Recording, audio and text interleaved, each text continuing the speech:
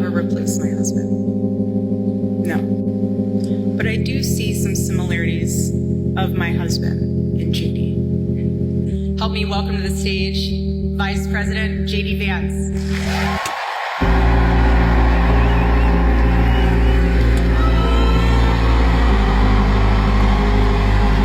In front of the cameras, everything looked staged, almost painfully so. A woman once described as quiet, grieving, and careful with her words now walked into public events in tight leather pants, smiling beside a man who'd built his career on controversy and control. Her name is Erika Kirk, and the man who now holds her attention, and some say her loyalty, is JD Vance. For months, whispers have surrounded their closeness, but in the last few weeks, something shifted. It wasn't subtle anymore. In photos and on stage, JD's hand lingered on her waist, that small, deliberate gesture that says more than words ever could. And Erika didn't pull away. She leaned in, laughing, eyes shining as if she'd forgotten the world was watching. This is the same Erika who once stood before cameras asking for privacy after the loss of her husband, Charlie Kirk. The same Erika who said grief was sacred, who said she wanted nothing but space to heal. But healing doesn't look like this, not to those who remember the early days. Back then, she appeared broken, fragile, grateful to those who held her up, especially Usha Vance, JD's wife.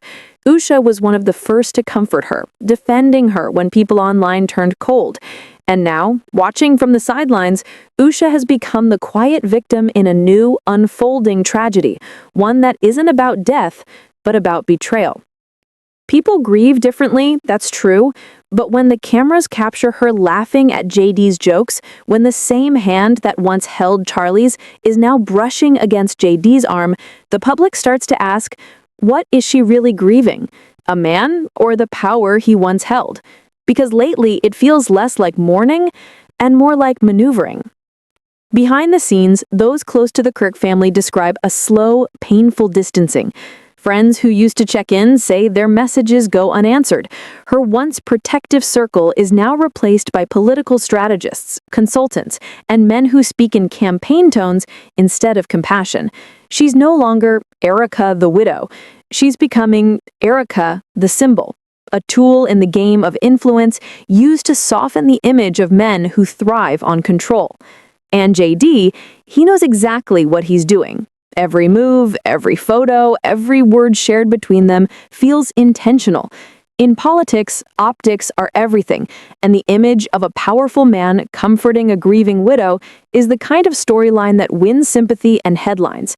But look closer, and the script feels darker, because JD has never been kind to the memory of Charlie Kirk. In speech after speech, he's taken subtle jabs at the causes Charlie stood for, the audience he inspired, the faith he preached. And yet, somehow, Erika stands beside him now, nodding along as if those insults were never uttered. The question is, why? Why would she align herself with the man who mocked the legacy of the person she once claimed to love more than life itself? Some say it's survival. Others say it's strategy. But for many, it's a betrayal, not just of Charlie, but of everything she pretended to represent. If you rewind just a few years, you'll find a different Erika, the one who cried through interviews, speaking softly about family, loss, and faith. That Erika couldn't imagine stepping into the political spotlight. That Erika couldn't stomach hypocrisy. But grief, when mixed with ambition, changes people. And in the world she now inhabits, ambition is currency. Behind closed doors, there's tension. Whispers that Usha Vance feels humiliated. She's watched her husband's name trend alongside Erika's, watched the internet pick apart their body language, and yet she remains silent. The perfect political spouse, playing her role while the world speculates about the one standing next to him. For a woman who built her career on intelligence, strength, and dignity, it's a public insult disguised as restraint. And that's where this story takes a turn, because what we're witnessing isn't just tabloid gossip. It's the slow erosion of private loyalty in a very public space. It's a reminder of how power attracts the broken, how status feeds the grieving, and how the lines between sympathy and strategy can blur beyond recognition. Those who know Erika personally say she's changed completely. They use words like calculated, detached, hungry. They talk about how her wardrobe transformed overnight.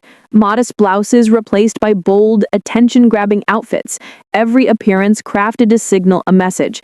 She's no longer the widow in mourning. She's a woman reborn, or rebranded. And JD, he plays along perfectly. The charming Southern gentleman act, the knowing smiles, the hand placements that always seem just on the edge of inappropriate. It's theater. And the audience, the public, who can't look away, because deep down, everyone senses the truth. This isn't love, it's leverage. For Usha, this must cut deep. The same woman who opened her home to Erika after Charlie's death now watches the same person stand beside her husband as if nothing ever happened. And yet, no one speaks about it. No statements, no denials, just silence. The kind that feels more telling than words. It's hard to say where this story goes next. Maybe it's just political optics. Maybe it's something deeper. But either way, it reveals something about human nature. How easily sympathy turns to scandal, how grief can be twisted into opportunity, and how public power often masks private pain. And for those still watching, wondering if Erika will ever acknowledge how far she's drifted from who she was, one question remains. When the cameras stop flashing, when the applause fades, and when JD moves on to the next campaign, what will she have left? Stay tuned, because what's unfolding behind those polished smiles isn't over yet. And if history has taught us anything, it's that in the world of politics and public tragedy, the truth always finds a way to surface. Make sure you're subscribed so you don't miss what happens next, because this story is far from finished.